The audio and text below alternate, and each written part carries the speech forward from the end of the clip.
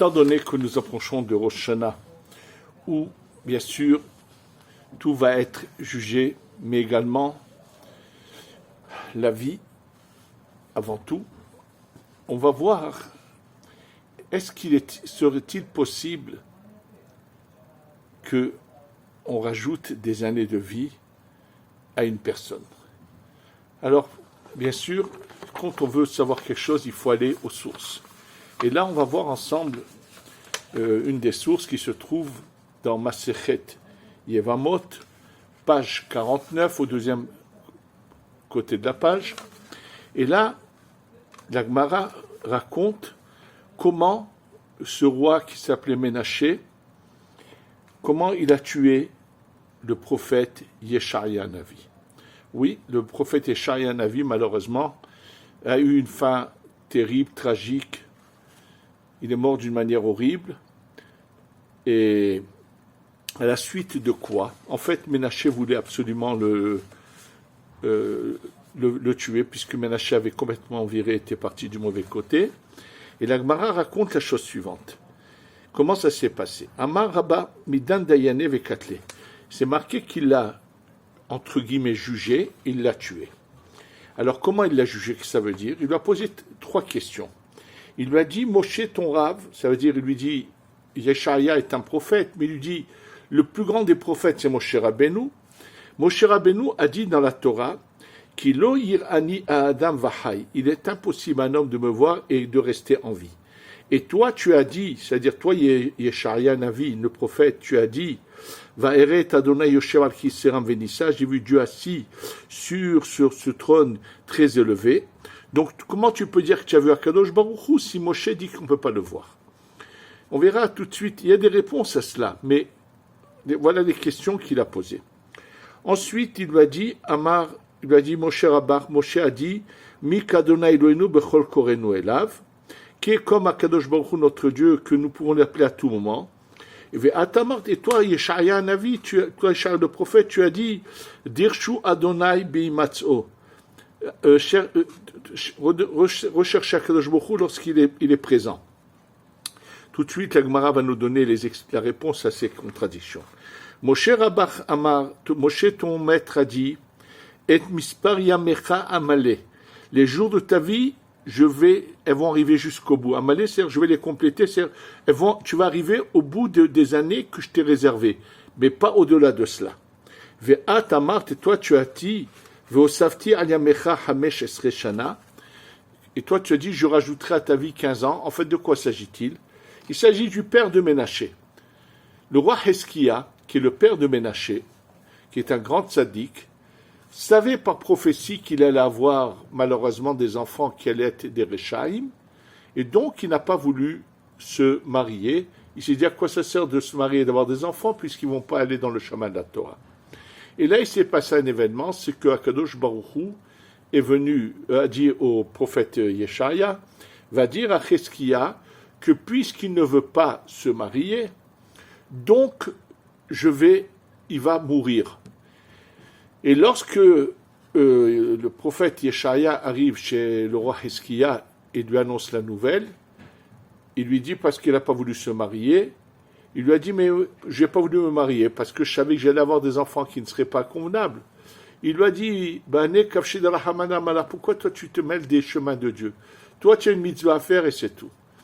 Donc qu'est-ce qu'il a fait le roi Hizkia? Il a dit à Yeshaïa, donne-moi ta fille, je me marie avec elle, peut-être le mérite de nous deux feront que nos enfants seront dans le bon chemin. Alors le prophète Yeshaïa au début lui dit non, c'est trop tard. Et là le roi Hizkia lui dit arrête ta prophétie. Moi j'ai une transmission de mon aïeul David Améler, le roi David, que même si le couteau est sur la gorge de la personne, elle doit espérer la miséricorde. Et donc en fait c'est Hizkia qui avait raison. Et le prophète Yeshaïa reçoit comme prophétie que Dieu va rajouter à Hizkia 15 ans de vie. Et c'est là-dessus que maintenant le fils Ménaché lui dit, comment tu as pu dire à mon père que Dieu va lui rajouter 15 ans de vie, puisque Moshe Rabbeinu a dit que juste les jours de ta vie, je vais faire qu'ils arrivent jusqu'au bout, mais pas au-delà de cela. Donc, alors c'est marqué, donc il va... alors, donc sur ces questions-là, le prophète Yeshaïa avait des réponses, mais il a dit, il y a Darnabé, je sais qu'en réalité, même si je réponds, il n'acceptera jamais ma réponse. Donc, c'est mieux qu'il le fasse Béchogeg, qui ne me tue pas de manière... parce que lui, il voulait dire, étant donné que tu as dit l'inverse de ce qu'a dit Moshe Rabbeinu, tu es passible de mort. Yeshaïa pouvait le répondre, mais si je réponds à ces questions, et qui quand même, il veut de toute façon le tuer, c'est grave, parce que, dans ce cas, il le fera de manière intentionnée, alors que si je ne réponds pas, et qu'est-ce que fait donc le prophète Yeshaïa? Il se cache à l'intérieur d'un tronc d'arbre. Mais, finalement, une partie de c'est-à-dire quelque chose de miraculeux. Il fait quelque chose pour se cacher, mais du ciel, on fait qu'une partie de son vêtement reste à l'extérieur. Et là, le roi Ménaché se rend compte qu'il est caché dans l'arbre, il fait scier l'arbre, et la scie, en fait, arrive exactement à l'endroit de la bouche du prophète Yeshaïa, et c'est comme ça que le prophète Yeshaïa va mourir. Et la Gemara de dire pourquoi il a une mort tellement qui soit aussi terrible, parce qu'une fois, il a dit une parole sur le peuple d'Israël qui n'a pas plu à Kadosh Baruch Hu. Quand il a dit « Betor'am teme sefataim anoch yoshev » au milieu d'un peuple qui a des lèvres impures, je me trouve. Ça veut dire, et c'est tout à fait authentique ce qu'il a dit, qu'à son époque, il se passait des choses terribles, le peuple d'Israël n'allait pas dans le bon chemin, mais ça, Kadosh Baruch Hu, Dieu ne veut pas qu'on parle du mal de ses enfants. Même qu'ils se conduisent mal, on n'a pas besoin de le rappeler à Kadosh Baruch Hu. On doit faire tout à fait l'inverse, toujours essayer de parler du bien du peuple d'Israël devant Kadosh Baruch Hu, et être toujours, c'est-à-dire toujours aller d'un côté, de voir que le bon côté des choses. Il faut absolument à tout prix éviter de parler du mal. Ce sont des réchaïm, toutes sortes de paroles de ce genre. Il faut éviter de salir sa bouche. Bon, d'accord, ça c'est la mort. Maintenant, quelle est la réponse aux trois questions que lui a posées Yeshaïa? Voilà ce que la Gemara nous dit. La Gemara dit comme ça, que lorsqu'il est dit « personne ne peut me voir et vivra, et sera vivant », alors la Gemara explique qu'il y a deux manières de voir des visions d'Akadosh Baruch Hu. Il y a d'une manière claire et d'une manière moins claire. En fait, quand on fait attention au verset « Et j'ai vu Dieu assis sur son trône », il s'agit du monde de la Bria. Et la vision du monde de la Hatzilut, il n'y a que Moshe Rabbeinu qui a pu la voir.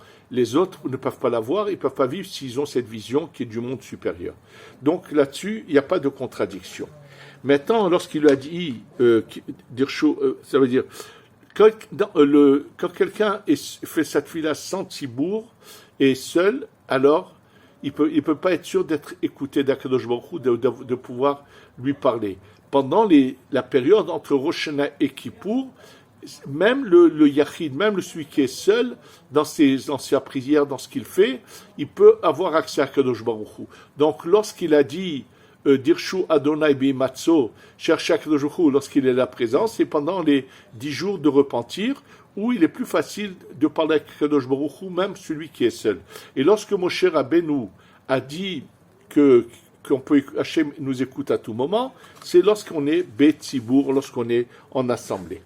Maintenant, on va arriver au sujet auquel je voulais arriver, c'est ce qu'il est dit. Il lui dit, comment toi tu as dit que je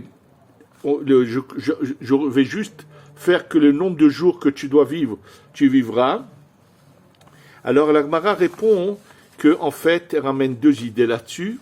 Est-ce que Akadosh Baruch Hu rajoute, alors selon Rabbi Akiva, si on agit mal, Akadosh Baruch Hu retire des années, et celui qui se conduit bien jusqu'au bout, qui fait tchouva, il arrivera au bout des années qui lui sont réservées. Ça, c'est l'opinion de Rabbi Akiva. Et les Chachamim disent Zacha Mosifim Lo. Celui qui mérite, on lui rajoute des années. Voilà, c'est la Gemara. Ça, c'est déjà dans le page 50. Ça, c'est l'opinion des Chachamim. Chachamim Omrim Donc je vous lis les mots de la Gemara, Zacham osifim lo, lo zacham pochatim lo. Donc il y a ici une discussion que celui qui mérite, on lui rajoute ou pas. Vous savez pertinemment que, surtout à chaque fois qu'on a une marloquette, nous savons que nous devons toujours trouver la Elou va Elou d'Ivra Elohim Chaim. Personne ne dit quelque chose d'inexact. Maintenant, il faut savoir que, avant de continuer, c'est-à-dire avant d'expliquer Chachamim et Rabbi Akiva, on va voir un endroit où c'est évident qu'on a rajouté à quelqu'un de la vie. D'ailleurs, tout de suite, les Tosfot sur Masechet Yevamot ramènent ce texte où on voit que quelqu'un, on lui rajoute des années. Où c'est que ça se trouve, ce texte où on rajoute des années? C'est dans Masechet Chagiga, le traité dans le Talmud qui s'appelle Chagiga, Daf Dalet Amud Bet, page 4 au deuxième côté de la page, et page 5. Là-bas, de quoi s'agit-il? Rabbi Yosef, c'est une histoire que j'ai l'occasion de vous raconter, mais qu'on va revoir, et qui est très... comme on va le voir, ça va nous faire découvrir la manière dont Akadosh Baruch Hu agit. Rabbi Yosef qui matele aikera baché. Rabbi Yosef, lorsqu'il arrivait à ce verset que on va lire tout de suite, pleurait. Ça veut dire lorsqu'il étudiait les versets de la Bible, il arrivait à un verset qui le faisait pleurer. Lequel? Veyesh nispe belo mishpat. Il y a que des gens qui peuvent quitter ce monde sans avoir été jugés, ça veut dire sans avoir été condamnés là-haut. Et ça, c'est choquant, la Gemara va poser la question, mais il peut y avoir une telle situation où quelqu'un quittera subitement ce monde sans avoir été jugé pour autant là-haut. Ça paraît bien sûr très choquant, mais la Gemara va le dire tout de suite. La Gemara dit tout de suite, Mika de Azil Belazimne, est-il possible que quelqu'un quitte ce monde avant son moment? Ça veut dire qu'il n'a pas été jugé subitement et quitte ce monde. La Gemara répond oui. Et là, la Gemara va raconter une histoire très intéressante, bien sûr, que je vais tout expliquer, parce que sans explication, on va s'imaginer que il n'y a aucun ordre dans le monde, que les anges peuvent faire ce qu'ils veulent ou quoi, que Dieu préserve, c'est pas du tout cela. Mais on va d'abord lire le texte et après on va arriver à l'explication. Et la Gemara, pour expliquer qu'il peut se passer un tel événement, la Gemara ramène qui a des Rav Bibi bar Abaye. Il y a un Rav qui s'appelait Rav Bibi, le fils de Abaye. Et lui, ce Rav-là, qui était quelqu'un de très grand, d'extraordinaire, Ava Shechiach Gabe Malach Hamavet. Il était d'une telle sainteté, d'une telle grandeur, d'une telle bonté, quelqu'un de tellement exceptionnel que l'ange de la mort, le Malach Hamavet, qui est le Satan, qui est tout ce que vous voulez, il aimait venir lui rendre visite. Mais comme un ami, et non pas pour venir ni le déclencher à faire des fautes, il avait du plaisir à rendre visite à ce Rav. Il venait dialoguer avec lui. Et il lui a dit, un jour, il lui a raconté, tu sais, je vais te raconter quelque chose de particulier qui s'est une fois passé.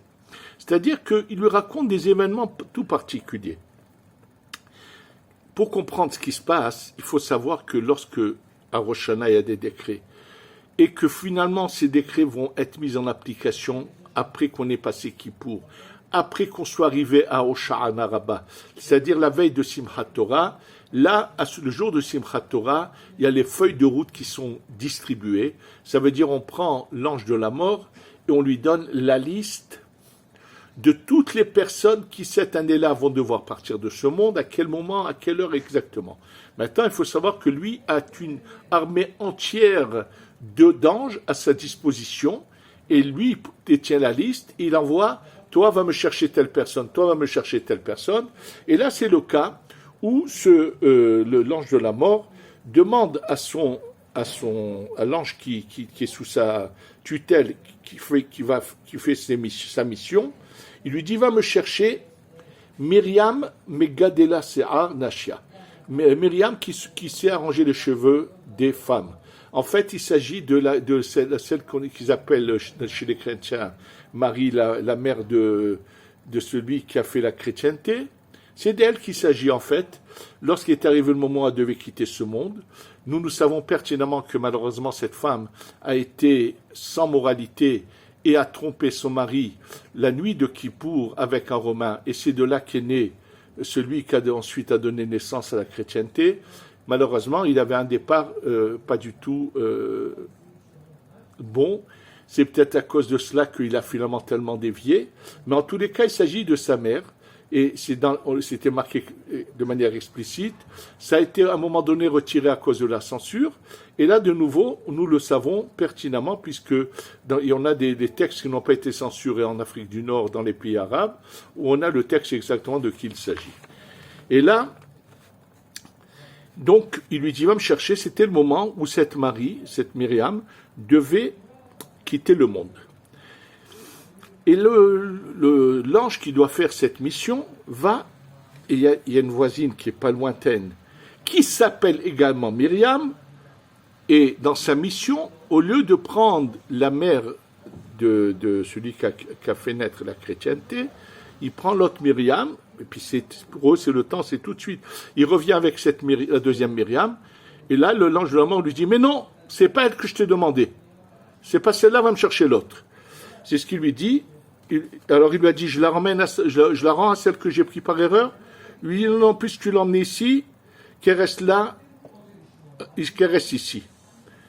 Alors, on va voir tout de suite la suite. Alors, la première question, bien sûr, que lui pose le Rav Bibi Barabaye, mais comment cet ange qui fait ses missions pour toi, comment a-t-il pu se tromper? Ça veut dire, il n'a pas vu sur le visage de la personne qu'elle n'est pas dans les 30 jours avant la mort. Il y a des signes que nous savons, les hommes, on sait comment il y a des signes dans les yeux, on peut voir si une personne elle est dans les 30 jours avant de quitter ce monde. Donc comment l'ange a pu se tromper? Et là, il lui dit quelque chose d'incroyable, regardez combien c'est important. Il lui dit oui, parce que cette deuxième Myriam a fait quelque chose de très dangereux, et lorsqu'une personne fait quelque chose de dangereux, elle se met en danger. Pendant un instant, cette étincelle divine qui le fait vivre se retire presque comme une personne qui doit mourir. C'est pour ça qu'il raconte qu'elle a fait quelque chose de dangereux en voulant retirer du four quelque chose avec quelque chose de très chaud. Elle s'est brûlée et donc elle est partie. Donc il lui explique pourquoi l'ange s'est trompé sur elle. Et après qu'il lui explique ça, alors il lui dit... Et à ce moment-là, il lui dit, mais bon, il s'est trompé, mais toi, tu as l'autorisation de faire cela, de ne pas renvoyer cette âme où il y a eu l'erreur. Il lui dit, vous avez le droit de faire comme ça, puisqu'il te l'a emmené, tu la gardes. Et alors il lui répond, l'active, mais tu sais bien qu'il y a un passou qui est dit, Veyesh nispe belo mishpat. Il lui dit, mais... c'est un passouk, oui, que des gens peuvent mourir sans avoir été jugés. Alors il lui dit, mais pourtant c'est marqué que il y a d'orolère et d'orba, ça veut dire que les choses ont un temps précis. Alors comment ça se fait que elle va être déjà jugée alors qu'elle aurait dû vivre encore? Il lui dit non, elle ne va pas être jugée, cette âme va rester chez lui jusqu'au moment où elle aurait dû normalement partir de ce monde. Et c'est qu'à ce moment-là qu'elle sera transmise au jugement là-haut, et que si elle doit aller à l'enfer, il lui dit, je ne la donne pas tout de suite à l'ange du Guéhinam de l'enfer, et j'attends. Il lui dit, et les années qu'elle aurait dû vivre, qu'est-ce que tu en fais? Et là, vous allez voir quelque chose d'inimaginable. Il lui dit, les années qu'elle aurait dû vivre, cette femme, donc s'il y a eu une erreur, on lui a pris, je ne sais pas combien, 10 ans avant, 15, 20 ans, 30 ans avant ce moment où elle devait partir. Il lui dit, lorsque je vois un jeune étudiant de Torah, qui étudie la Torah avec ferveur, et qui est toujours calme, qui est toujours, jamais il répond à qui que ce soit qui l'offense, qui essaie de se contrôler de manière totale, qui a un contrôle parfait de lui, à celui-là, je lui donne ses années. Ça veut dire que ce Talmid Racham, ce jeune qui est dans l'étude de la Torah, qui aurait dû vivre, par exemple, jusqu'à 70, 75, 80 ans, tout d'un coup, il reçoit encore 20 ou 30 ans de plus, il va vivre jusqu'à plus de 100 ans, parce qu'il a eu les années de cette Myriam, il les reçoit. Bien sûr, c'est sûr que c'est surprenant de penser qu'il se passe n'importe quoi là-haut. En fait, j'ai eu l'occasion de vous le dire, mais je vais vous le redire brièvement de quoi il s'agit. Il s'agit en fait d'une femme qui commence à avoir une conduite qui est immorale. C'est-à-dire, elle commence à se laisser aller et elle risque de faire des choses qui sont irréversibles, qui vont lui faire perdre totalement. Son âme va être complètement anéantie par la suite si elle continue. Et là, Akadosh Baruch Hu, Dieu sait que si il dit au tribunal céleste, il leur dit, est-ce qu'on la prend de ce monde? Ils diront, pourquoi? Elle veut perdre sa vie, c'est son affaire. Mais Akadosh Baruch Hu, Dieu veut que cette femme ne soit pas perdue totalement. Avant qu'elle fasse des choses irréversibles, c'est lui qui fait en sorte que l'ange se trompe, qu'on lui prenne son âme avant ce moment. D'abord, le fait qu'elle va s'arrêter de faire des erreurs, de tomber complètement, ça s'arrête. Deuxièmement, cette mort avant son moment est une capara, c'est une sorte d'expiation et en plus, les années qu'elle aurait dû vivre quand elles vont aller chez ce personnage extraordinaire, pendant toutes ces années où lui va étudier la Torah, c'est sûr qu'elle en aura une part, et quelque part il va se passer pour elle une réparation. Mais ce qu'on retient de tout cela, c'est que Akadosh Baruch Hu, on voit ici que quelqu'un peut avoir des années supplémentaires. Bon, le Tosfot dit oui, mais ça ne s'appelle pas qu'on a rajouté, on a pris d'une personne, on l'a mise à l'autre. Et le Tosfot dit qu'il y a deux choses. Il y a des années supplémentaires et il y a des années qu'on a pris d'un à l'autre. Ça, c'est un autre cas de figure où quelqu'un va vivre plus longtemps. En fait, il faut savoir qu'il n'y a pas de discussion entre Rabbi Akiva et Chachamim. Quand quelqu'un arrive à des niveaux exceptionnels, il va peut-être dans sa vie avoir le mérite qu'on lui donne à réparer des âmes qui ont vécu et qui sont parties de ce monde sans avoir réparé leur vie, en perdant même des années. Et ce personnage qui est tellement grand, surtout quand il est lié à la Kabbalah, à la profondeur de la Torah, où il peut réparer, alors on va lui donner, dès l'instant où on va lui donner des âmes à réparer, il va pouvoir avoir des années supplémentaires. Et c'est ça ce que la Gemara veut nous dire quand elle nous dit dans plusieurs endroits, comme par exemple celui qui se allonge quand il dit Shema Israël Adonai Eloheinu Adonai Echad. Il s'allonge longtemps dans ce Echad, c'est-à-dire qu'il fait rentrer Akadosh Baruch Hu dans son cœur. Il a un tel lien, un tel amour d'Akadosh Baruch Hu de Dieu, qu'il fait que tout son corps fasse régner sur lui Akadosh Baruch Hu. On va lui envoyer des âmes à réparer, donc on va lui allonger la vie. Et Rabbi Akiva dit, attention, celui qui est le commun des hommes, on ne leur ajoute pas. S'ils agissent mal, on leur retire. Et s'ils se conduisent bien, ils auront ce qu'ils devaient vivre. Donc il n'y a pas de contradiction. On parle de deux.